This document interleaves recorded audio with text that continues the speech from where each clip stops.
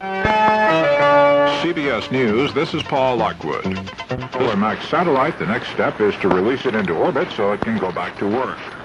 Solar Max, which is being held away from the Challenger with the Space Shuttle's robot arm, is scheduled to be turned loose about 3.5 hours from now.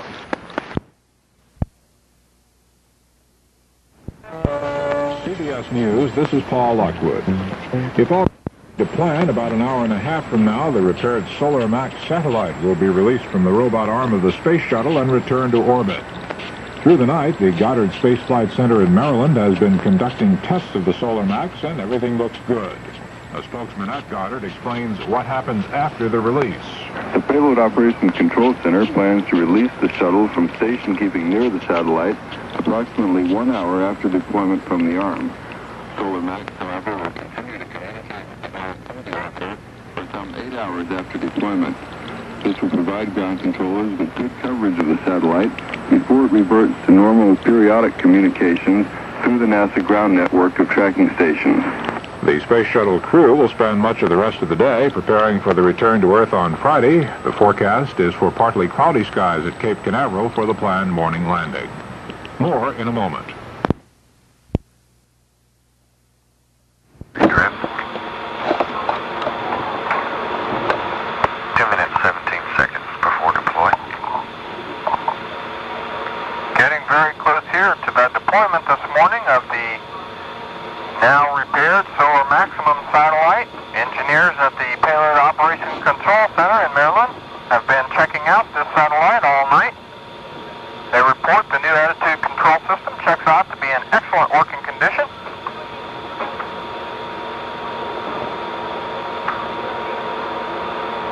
There has also been a deployment of a high-gain antenna, which has been stowed throughout its life in space, and now will provide satellite relay data, the satellite data relay through the tracking and data relay satellite system.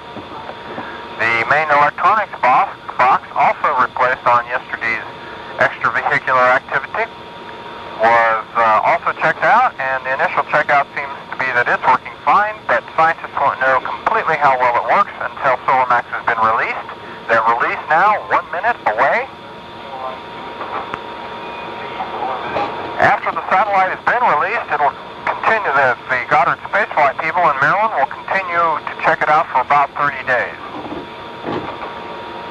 We are now exactly 1 minute away from the release of Solar Maximum into space once more. Mission elapsed time now 5 days, 19 hours, 27 minutes, 40 seconds into this flight of STS-41C. The satellite, the Solar Maximum rescue and repair mission. Challenger Houston, you go for release as long as you're within 5 degrees. Roger. 30 seconds away from deployment. A go for release has been given by the capsule communicator here at Johnson Space Center in Houston, Texas. We're watching the satellite as it is extended out of the cargo bay at this time. 12, 10, 9, 8, 7, 6, 5, 4, 3, 2, 1, and we should now have it released. We are watching the end effector camera, and the release has just occurred, and we have SMM released. Solar Maximum now flying on its own since being rescued by Challenger. A very exciting rescue and repair. Hawk reports it looks smooth.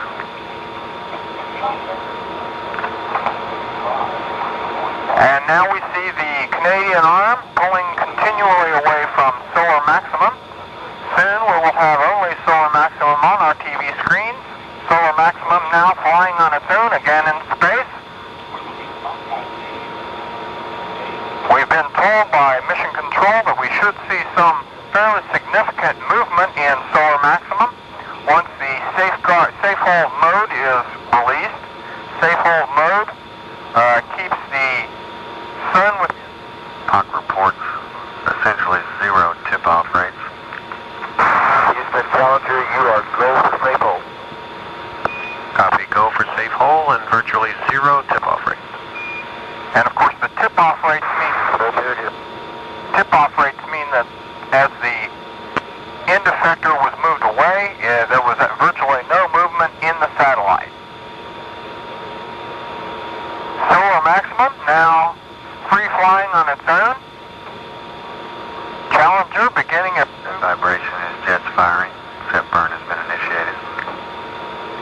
Challenger now moving away from the deployed solar maximum satellite. They will move to about 40 to 60 feet away from that satellite and take up what they term a station keep position. Hawk reports rates holding at 0. That means that the reaction control system thruster burns there did not affect the solar maximum satellite. There was virtually no movement detected by the payload's operation control center. Hawk now initiating safe hold commands to solar max. Hawk, of course, is the payload's operation and control center.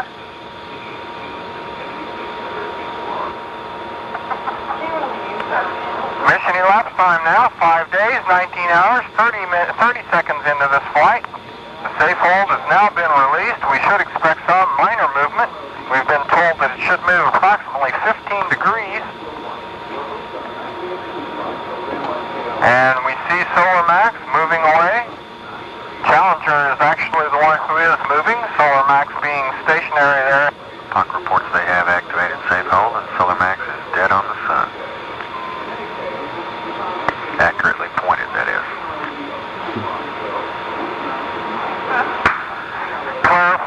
Clarifying their terms, I'm sure that that may have made a few hearts beat a little faster this morning.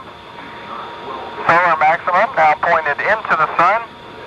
Challenger Houston, DAP-D control accel should be 0. Just amazing pictures here this morning of Solar maximum sitting out there all alone. It's high gain antenna deployed above it there. The two solar panels pointed into the sun. Solar maximum now flying on its own. Challenger moving away to approximately 60 feet. They'll stay in this position for a little while. It's what they call a station keeping position. Once the Solar Maximum Payload Operations Control Center at the Goddard Spaceflight Center in Maryland have confirmed that all systems are working well, they will move to approximately 200 feet away from the satellite. They will stay in that position for approximately 68 hours as they monitor the progress of the checkout by the Payloads Operation Control Center in Maryland at the Goddard Spaceflight Center. All continues to go well this morning as Solar Maximum now floats free away from Challenger, having been repaired and having had its high gain antenna deployed. That high gain antenna, of course, will allow satellite data to be relayed through the tracking and data relay satellite system.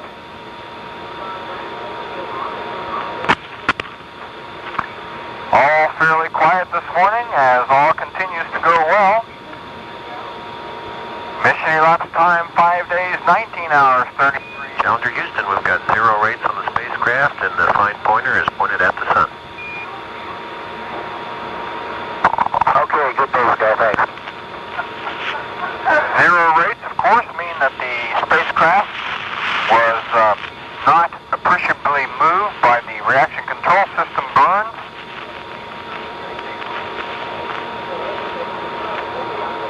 Beautiful picture through TDRS this morning, the tracking and data relay satellite system, as the Solar Maximum satellite now floats free, having been repaired by mission specialists James Van Hoften and George Nelson in their extravehicular activity in the cargo bay yesterday.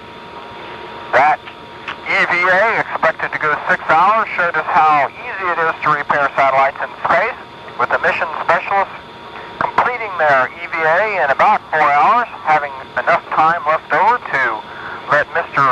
James Van Hoften, or Ox as he's referred to on this flight, have a little time in the manned maneuvering unit, which he had been told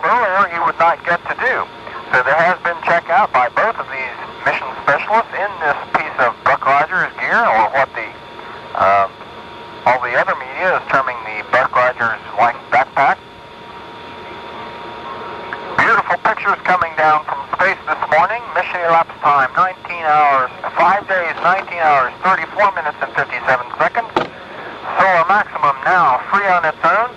Its high gain antenna deployed. The solar panels looking well. All continues to go well now as the Payload Operations Control Center people in Maryland do. Mission Control Houston now about 140 feet from Solar Max.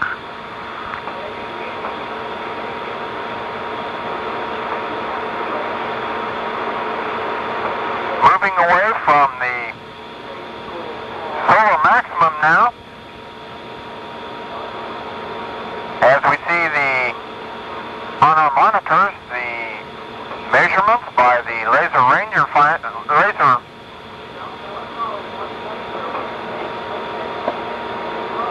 piece of equipment on the Challenger that does detect how far away. It's a laser radar actually. We see about 150 some feet at this point. In Houston, the Charlie camera's got the laser on it if you want to look at some of that. Roger, we're watching it now, TJ. Thank you. Solar Maximum now deployed, floating free in space. 161 now away from Challenger. Challenger continues to move away from Solar Maximum. It will take up a position approximately 200 feet away from the satellite. That satellite all seems to be working well.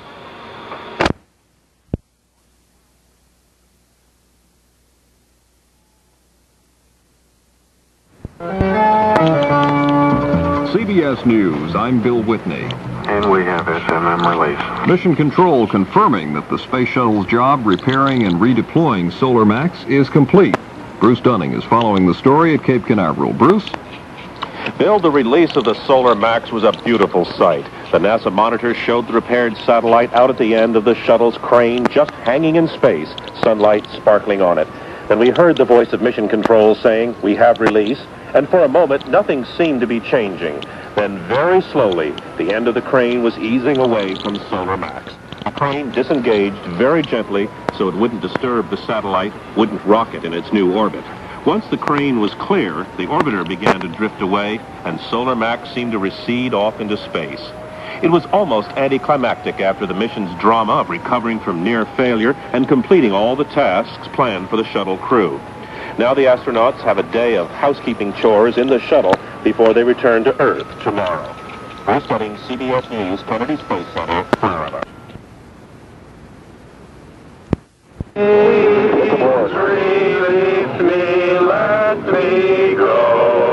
Mission Control was off-key this morning with its wake-up call, but Solar Max was on target. The newly remodeled bird, hoisted above Challenger on the 50-foot arm, underwent a thorough checkout overnight, and about 40 minutes ago, Challenger let go, gently releasing its hold on the once elusive solar observatory. Clock reports they have activated safe hold, and Solar Max is dead on the sun. Accurately pointed, that is. Mission Control watching on television seconds later, declaring the first satellite repair in space a success. Now for the astronauts, it's all downhill until tomorrow's landing. The only remaining highlight of the flight, a press conference with questions from reporters at 3 space centers across the country. A chance to brag about the ups and downs of the now successful flight of the Challenger. Live at the Johnson Space Center, Doug Miller, KTRH News. Max spent the night perched on the end of Challenger's robot arm as ground controllers double-checked the systems just installed by the astronauts. Mission Control told Commander Bob Cribben the orbiting solar observatory was doing just fine, so Challenger's 50-foot arm gently pulled away, and in Mission Control they watched on television. So far, all signs point to the completion successfully of the first space-age repair job ever done in orbit. So now the job is done. The crew looking ahead to a press conference later this morning. Reporters at 3 space centers across the country asking questions to the astronauts up in orbit. Challenger is set to come home tomorrow, bringing back to Earth the satellite's busted components. NASA wants to study the broken parts to figure out what went wrong with America's only solar observatory, the now refurbished Solar Max satellite. Live at the Johnson Space Center, Doug Miller, KTRH News.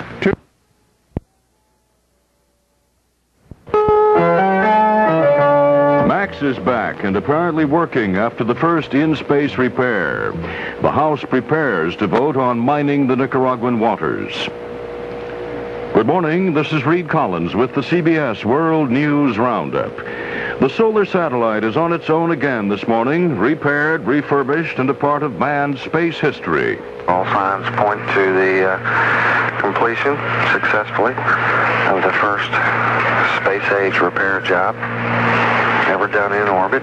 This is Bruce Dunning at the Kennedy Space Center in Florida. It's all over except the ride home and the celebration. The release of Solar Max back into its own orbit was a picture-perfect ending to a mission that faced disaster at the beginning, but wound up as a triumph for scientists' improvisation and astronauts' skill. Solar Max is now orbiting on its own, responding well to tests of the newly installed equipment. The relaxed crew floated in the shuttle cabin, talking with reporters on Earth. Welcome to the ACE Satellite Repair Company. We pick up, repair, and deliver. The 5 astronauts were wearing black T-shirts inscribed ACE Satellite Repair. They were exuberant, pleased with the way the mission went after the recovery from the first failure to capture Solar Max. Shuttle Commander Bob Crippen said the shuttle proved its worth as an outer space repair truck. Our impression from this particular mission is that satellite servicing is something that's here to stay. Now they're getting ready for the ride home tomorrow, and they're having a last look at their honeybees, building a honeycomb in a weightless hive. Bruce Dunning, CBS News, Kennedy Space Center, Florida. Time now is 2 minutes past the hour. Houston, the Solar Max is working fine on its own with fine pointing. Outstanding. The fix is in. Solar Max works, and so does the now tried and tested idea of repairing broken satellites. Challenger's arm around 3:30 this morning let loose its grip on the repaired satellite, and the shuttle slowly moved away. Commander Bob Crippen, in a press conference from orbit earlier this morning, had reason to brag. We're all feeling very good right now that we did manage to go ahead and pick up the satellite and repair it. We think that it was a team effort with everybody on the ground and helping and supporting us to do it. The 5-man crew smiled and joked, wearing shirts bearing the words ACE Satellite Repair Company. Their motto, we pick up, repair, and deliver. Challenger sails in for landing tomorrow. If the weather cooperates over in Florida, touchdown at the Kennedy Space Center is set for 6:07 Houston time tomorrow morning. And of course, it'll be carried live here on KTRH. Live at the Johnson Space Center, Doug Miller, KTRH News.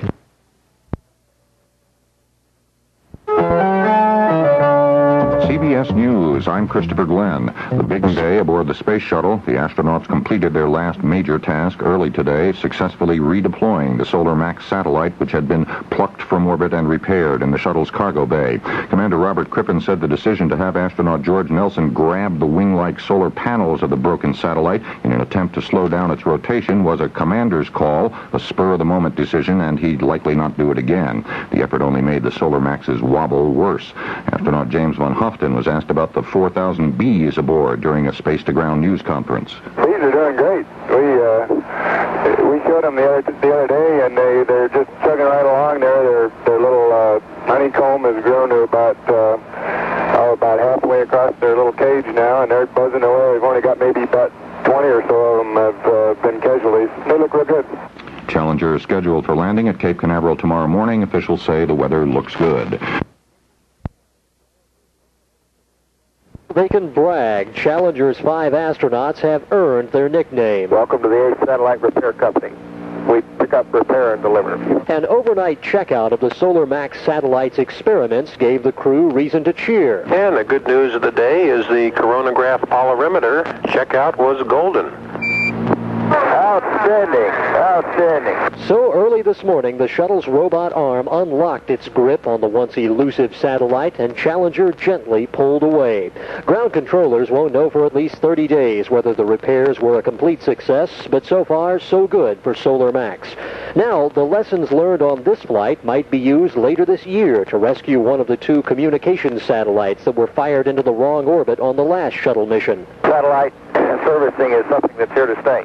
But now it is time for Commander Bob Crippen and his crew to come home. The only question is the weather. A storm front is headed for the Cape, but the Air Force thinks the bad weather will be well west of the Kennedy Space Center when the shuttle is scheduled to touch down at 6:07 Houston time tomorrow morning. The landing to be carried live during the Friday morning report here on KTRH.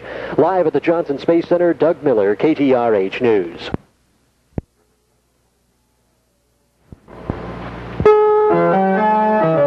CBS News, this is Mitchell Krause.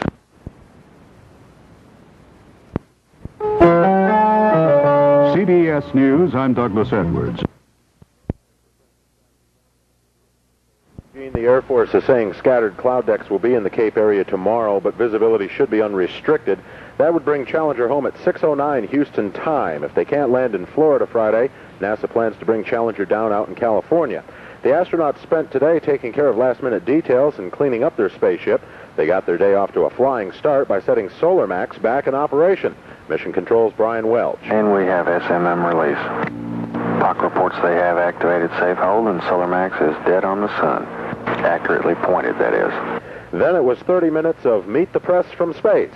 The crew is now well into their scheduled sleep time, but you can bet they'll take every second of this, their last free time in space, to look out the window and take some pictures. Live at the Johnson Space Center, Chris Peterson, KTRH News. Cruise day, as most of them do, got off on a humorous note. All charged up and in control. Release me and let me fly again. That harmony courtesy of flight controllers and mission control. They were, of course, singing about the Solar Max satellite, which at the time was hanging on the end of the mechanical arm. It had been repaired Wednesday by Ox Van Houten and Pinky Nelson and was waiting to be put back in space for at least 2 years of work. When it was finally released off the arm by Terry Hart, the Goddard Space Center in Maryland reported Solar Max was again a healthy spacecraft. The release this morning symbolizes a savings of $400 million. That prompted Commander Bob Crippen to do some reflecting. I think this particular mission showed me that satellite servicing is a viable thing that we as a country should be pursuing. When you stop to think about it, the Space Shuttle has performed some amazing tasks in space during its 3 years of existence. Crippen says the best is yet to come. I expect the next 3 years will sit down in the shadow, though. I believe that we're going to make monumental advances with the Space Shuttle, and we'll just have to sit back and watch it. Of course, one of the big things that Shuttle will be doing in the future is building America's new space station. The station will cost $8 billion to produce and will be managed here at the Johnson Space Center. But the next monumental goal that will be faced by Shuttle is flying a civilian. NASA's already on record saying they intend to fly a storyteller or reporter sometime real soon. But when? Crippen says from his viewpoint, almost right away. It is something that is certainly reasonable to do on certain flights. I believe, for example, on my next flight, that is of the nature that we could probably pick up the message if somebody told us to. However, we've got a full crew on a vehicle that doesn't have as much room as the Challenger does, so we'll just have to see what happens in the future. Regardless of the future, the first order of business is landing Challenger safely on the Earth Friday morning. Current planning calls for that to happen at 6:09 Houston time at the Kennedy Space Center in Florida. But NASA says because of bad weather heading toward both Florida and the California backup site, Challenger will be landing somewhere Friday, no matter what. The final decision will be made at the last possible second after weather flight checks are made in Florida by Chief Astronaut John Young and in California by Deputy Chief Paul Weitz. KTRH will cover the landing live Friday morning starting at 6. At the Johnson Space Center, Chris Peterson, KTRH News. This is Paul Lockwood. 50 will begin final preparations to leave orbit and return to Earth. The Challenger's braking engines will be fired approximately 4 hours from now, with the landing planned at Cape Canaveral at 7:07 a.m. Eastern Time. So far, everything here is go. We anticipate that the weather will be almost clear skies or very, very few clouds. And the only thing we might have is a little bit of ground fog, and that probably would not hinder the landing at all. That's NASA's Rocky Rob at the Cape.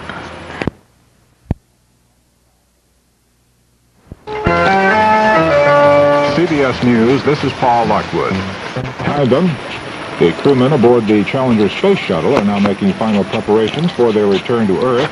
Landing at Cape Canaveral is scheduled for 7:07 a.m. Eastern Time, and it looks like the weatherman is cooperating. Weather right now is looking favorable for a landing. We have scattered clouds around the 25,000, 10,000, and 2,500 feet level. Winds are out of the southeast, about 5 to 10 knots, and right now it's looking favorable. That's NASA's Mitch Barnes at Cape Canaveral. Coming up about 2 hours from now, the firing of the braking engines aboard the spaceship.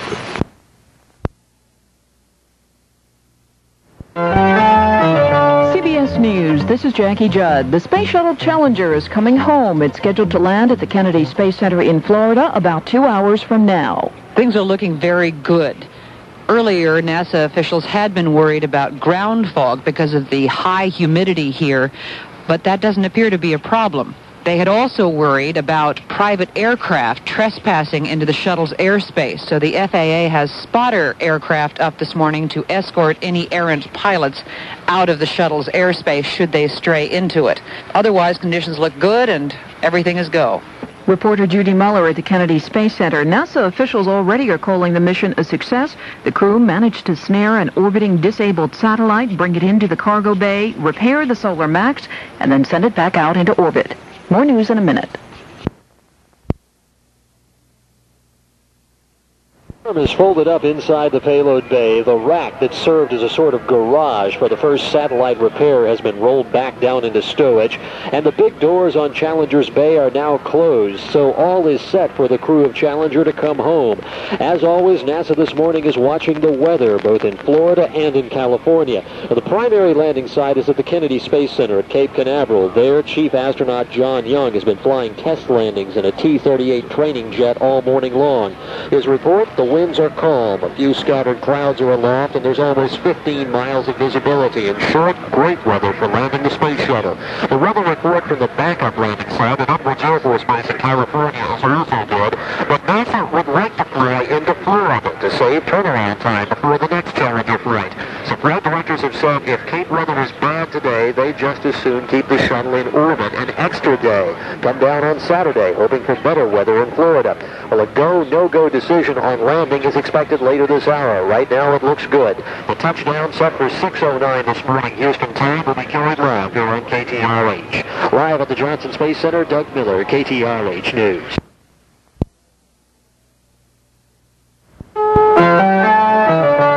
CBS News, this is Reed Collins. It's a go-round for the Space Shuttle Challenger. Cloud cover at the Cape, forcing yet another revolution before landing. Bruce Dunning has the latest live from the Kennedy Space Center. Moments ago, the Challenger astronauts were told not to try for a landing right now as scheduled. Mission Control told them to go one more time around the Earth and try again. Grip, some little discouraging words. We'd like to wave off for one rev. We've got a real low deck at about 2,000 feet that's starting to move in and thicken up. We're hoping it's going to go away in 2.5 hours. Okay, we understand. The astronauts were originally given the okay to start the burn right about now, but they'll try for deorbit now in about 40 minutes. That would bring them to a landing here at the shuttle's home base about 8:47 Eastern Time, a delay of an hour and 40 minutes. If they can't make it then, they could land 2 hours later at Edwards Air Force Base in California. But NASA is anxious to use this landing site, so it is very likely that they could tell the astronauts to wait one more day and try again on Saturday morning. Reed? Bruce Dunning at the Cape, and we'll have more after this. Weather once again is throwing a monkey wrench into NASA's plans this morning. The go had already been given for the firing up of Challenger's engines for the long and bumpy ride back to Earth.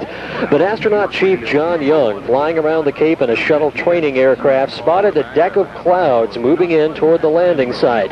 Now, NASA had hoped that weather would have left the shuttle landing area by the time of landing. In other words, they were hoping it would stay away well to the west of the landing site.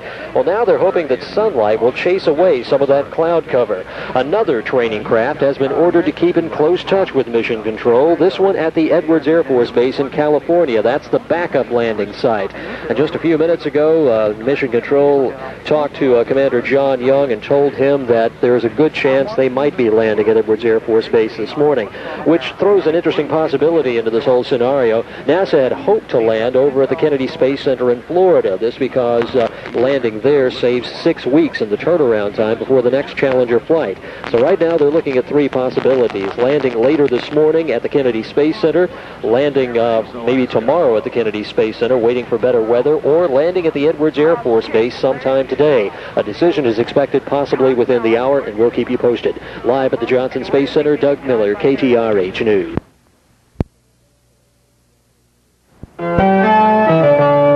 CBS News, I'm Charles Osgood. A last-minute hitch in the return of Shuttle Challenger. KSC weather is getting worse with rain showers. Tomorrow looks about the same, so we'll be going to Edwards this rev. The Challenger was waved off this morning from its scheduled landing at Cape Canaveral, Florida. Cloud cover at the Kennedy Space Center, forcing the change of plans. So the shuttle is now due to land at Edwards Air Force Base in California. Bruce Dunning is following developments at the Kennedy Space Center. Low, heavy clouds suddenly swept in over the shuttle's home base just before the astronauts were scheduled to fire the Challenger's engines for their deorbit burn. They were waved off and told to circle the Earth one more time. Then, moments ago, Mission Control decided Challenger should head for the clearer skies over California. It's a disappointing finish for a space trip that has seen failure and triumphant success. At first, the astronauts failed to capture the disabled SolarMax satellite, but after frantic computer reprogramming on Earth, NASA scientists stabilized the wobbling satellite, and the astronauts captured it for the first repair job in outer space. Now, another disappointment. They won't be able to bring the shuttle back to its launch site. Bruce Dunning, CBS News, Kennedy Space Center, Florida.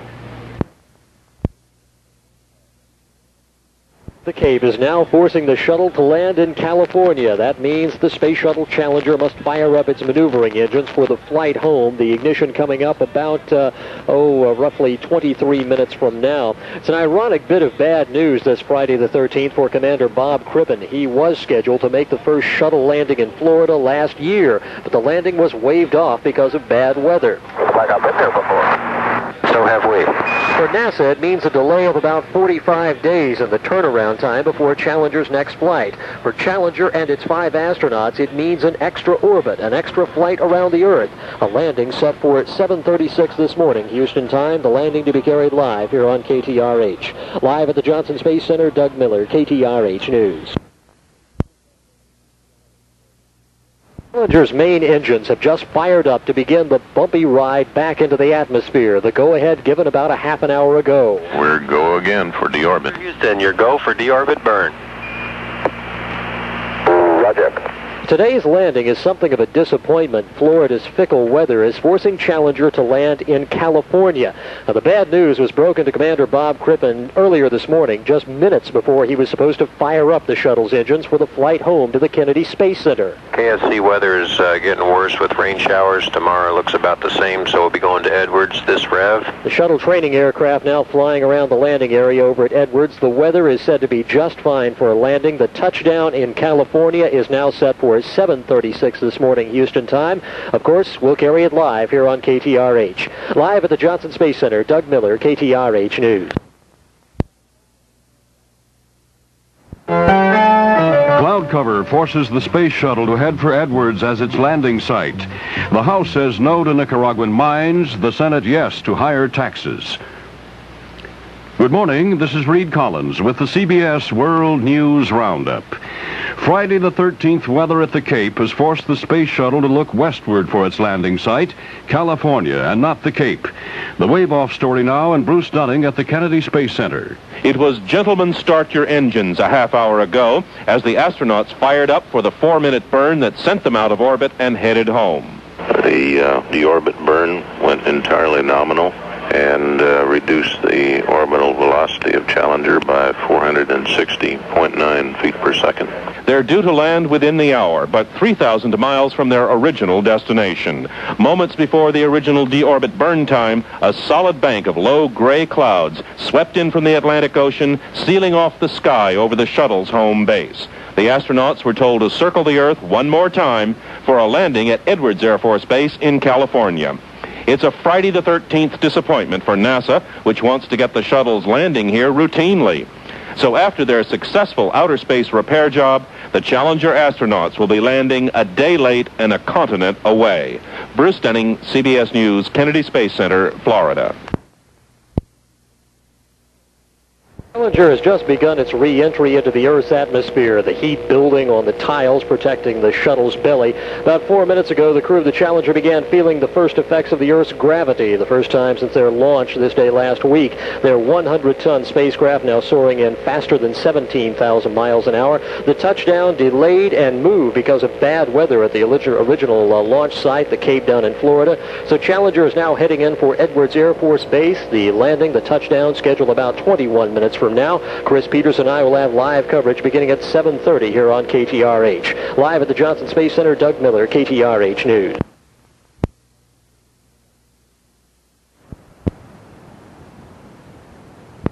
The convoy at the Edwards Air Force Base. Landing should occur at approximately 7:38 at Central Standard Time. That will be on runway number 17, a 7-mile long runway. We are in contact with the astronauts now.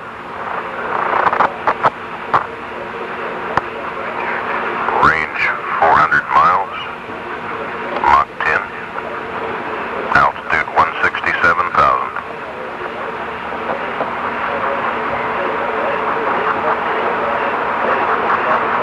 Challenger Houston, energy ground track and nav or go?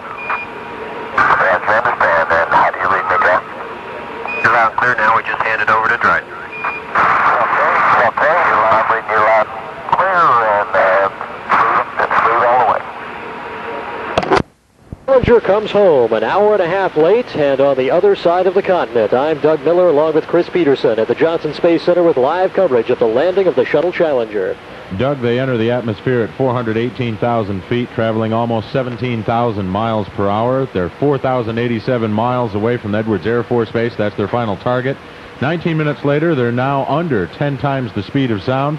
And in the next few moments, Bob Crippen will slow Challenger down to about 200 knots or 250 miles an hour, and we'll have a touchdown on runway 17, the desert lake bed at Edwards Air Force Base. Challenger traveling roughly 5 times the speed of sound. It's been chased away from the Cape today. The landing in Florida canceled because of bad weather there and a bad forecast for tomorrow. So the shuttle was waved off to land in California, 75 miles out right now from that landing site, where it's a beautiful day to set down a space shuttle. Now our live coverage of Challenger's landing continues right after this. A flight that's been blessed and cursed with more than its share of ups and downs. The launch a week ago today ticked away with customary NASA clockwork. The big payload bay doors opened up, exposing the largest cargo the shuttle's ever carried into space, a 4-ton cylindrical rack of experiments called the Long Duration Exposure Facility. It's better known as the LDEF. On Saturday, Challenger's mechanical arm grabbed onto LDEF, hoisted it above the shuttle, and set it loose in orbit. All of those experiments, 57 of them, will stay in orbit for 10.5 months. Early next year, another shuttle crew will snatch up LDEF and bring it back to Earth so that scientists can study the long-term effects of space environments. Doug, Bob Crippen is putting the Challenger through a 300-degree left turn over the head of Edwards Air Force Base. He's flying at 920 miles an hour, and we're about 3 minutes 45 seconds away from a touchdown. NASA, of course, is hoping it'll be easier to snag that other satellite they worked with this time, the Solar Max, than it was, or rather, the LDEF. They hope it's easier on that flight rather than to grab Solar Max. The elusive solar observatory repaired on this flight was supposed to have been grabbed on last Sunday by astronaut Pinky Nelson. Something went wrong. They now think it's the trunnion pin attachment device. It was a wrong drawing given to the manufacturer by the Goddard Space Center, the same people that have been getting all of the pats on the back for their wonderful miracle rescue. Rather ironic, but it all still worked out, so you really can't complain too loudly. They did get the job done. Judy Muller, CBS News at the Kennedy Space Center in Florida. If the crew aboard Challenger didn't believe in the superstition of Friday the 13th before, they probably do now. We are just minutes away from the landing of the Space Shuttle, a landing at Edwards Air Force Base in Florida. Edwards Air Force Base, California, that is, some 3,000 miles away from home base in Florida, where they were supposed to land. Everything was looking just fine for a landing at the Cape until a cloud cover moved in just after dawn. That was bad luck for NASA, which would like to see Florida landings become routine in order to save turnaround time and money. 26,000 feet. You're hearing Mission Control giving the crew an altitude reading just like any other airplane. We can see Challenger on NASA's long-range optics, and it is looking very good. Challenger, with Commander Bob Crippen at the controls, left its footprint of sonic booms across the midsection of California and is now traveling at subsonic speed. It entered the Edwards Air Force Base territory at about 50,000 feet, a forceful glider with no power other than the tremendous energy it's picked up on its descent from space. 600 knots. And what a descent. One NASA official likened the shuttle on its return flight to a brick with wings. Bob Crippen and pilot Dick Scobie are into the hack. That's a huge circle the shuttle takes to tame some of that energy and to line up with the huge desert runway at Edwards.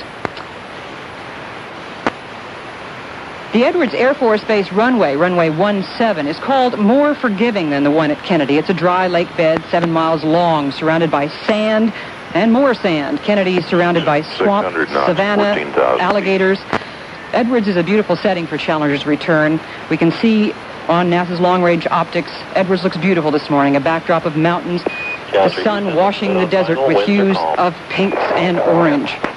There have been some problems on this mission, first with astronaut Pinky Nelson's failure to dock with a disabled satellite, now this diverted landing. But even so, the crew's going to have a lot to crow about. They call themselves the Ace Satellite Repair Company. That a reference to the way they managed to retrieve, repair, and return to space the Solar Max. That's a satellite used to study solar flares. Shuttle coming back to Earth some 11 tons lighter than when it was launched, leaving behind in space a huge platform of experiments called the Long Duration Exposure Facility. Coming down now, a sharp angle of descent. Crippen should be pulling that nose up very soon, trying to break that angle of descent.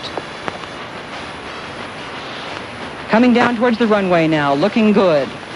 After the last landing of Challenger back here at Kennedy, NASA discovered that some of the brakes were destroyed during landing. Feet. They'll be watching that very carefully during this landing. Landing gear deployed and down. They will hit that runway at more than 200 miles per hour, so they need the rollout space that they have on that dry lake bed. We almost have touchdown. Couldn't be better, right along the center line. Touchdown. Touchdown. A great commotion of sand behind Challenger as the back wheel's down and coming down now on that nose wheel. Back home to Earth, if not back to home base. We should hear something from the astronauts now. Very silent crew. Rolling out to a stop now. Plenty of room at Edwards, as I say, more forgiving than the landing strip at Kennedy. For Bob Crippen, today's weather problem was a familiar story. He commanded the 7th shuttle flight last June that had been scheduled to make the first Florida landing. It also was diverted to California because of bad weather and rolling out to a stop now. The safety assessment team will now check out the orbiter for toxic gases, and the astronauts will get a quick medical checkup before getting out.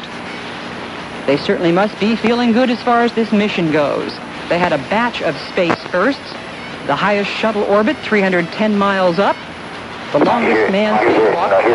Challenger is wheel stop. Challenger is... Roger, welcome back on Friday the 41 Charlie. Friday the 13th, he might have added. And it's good that they're back. A welcome home to the astronauts. Houston, Crypt, I'm sure you remember the good news, bad news that Brian O'Connor gave you a while back on Flight 7. I bet I still got some buddies out here. The good news on that flight was that they were home. The bad news was that the beer was in Florida. Unofficial touchdown time 7:38:05. Wheels stop 7:38:54. The main mission here, of course, was the first shuttle rendezvous retrieval, repair, and redeployment of a disabled satellite, the Solar Max. Working with specially designed tools and bulky spacesuits, astronaut Ox Van Hochten said the repair work was like doing surgery with boxing gloves. Somehow, they managed to make it look easy anyway. And that bodes well for future repair missions. It can mean a tremendous savings. Replacing Solar Max would have cost $235 million.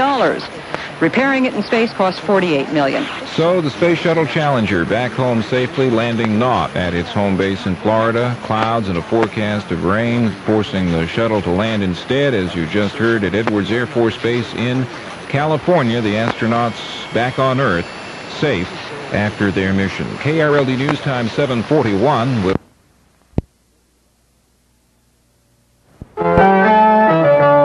CBS News, I'm Charles Osgood.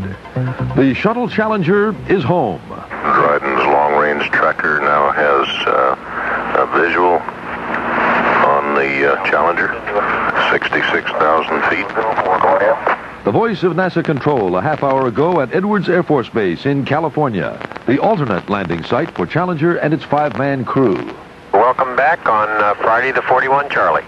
41 Charlie, the official NASA designation for this shuttle flight. Cloud cover forcing a landing change from Cape Canaveral, Florida to Edwards in California. Unofficial touchdown time 7:38:05. Wheels stop 7:38:54. And so the mission is over, a successful one that saw the Challenger astronauts repair the disabled Solar Max satellite and return it to orbit. More news after this. Down. The long journey is finally over. Houston Challenger, we're powering down the vehicle. See you back in Houston. Roger, good show. See you in Houston. And just seconds ago, the 5 shuttle astronauts stepped out of their spacecraft, strolled down a mobile staircase, and set foot on the dry lake bed at Edwards Air Force Base. Flight crew currently egressing Challenger. Applause here in Most Mission Control Center. NASA had hoped to land Challenger back at the Kennedy Space Center in Florida to save time before the next flight. But a cover of clouds rolled in just minutes before Commander Bob Crippen was to have fired up his engines for the trip down to Florida.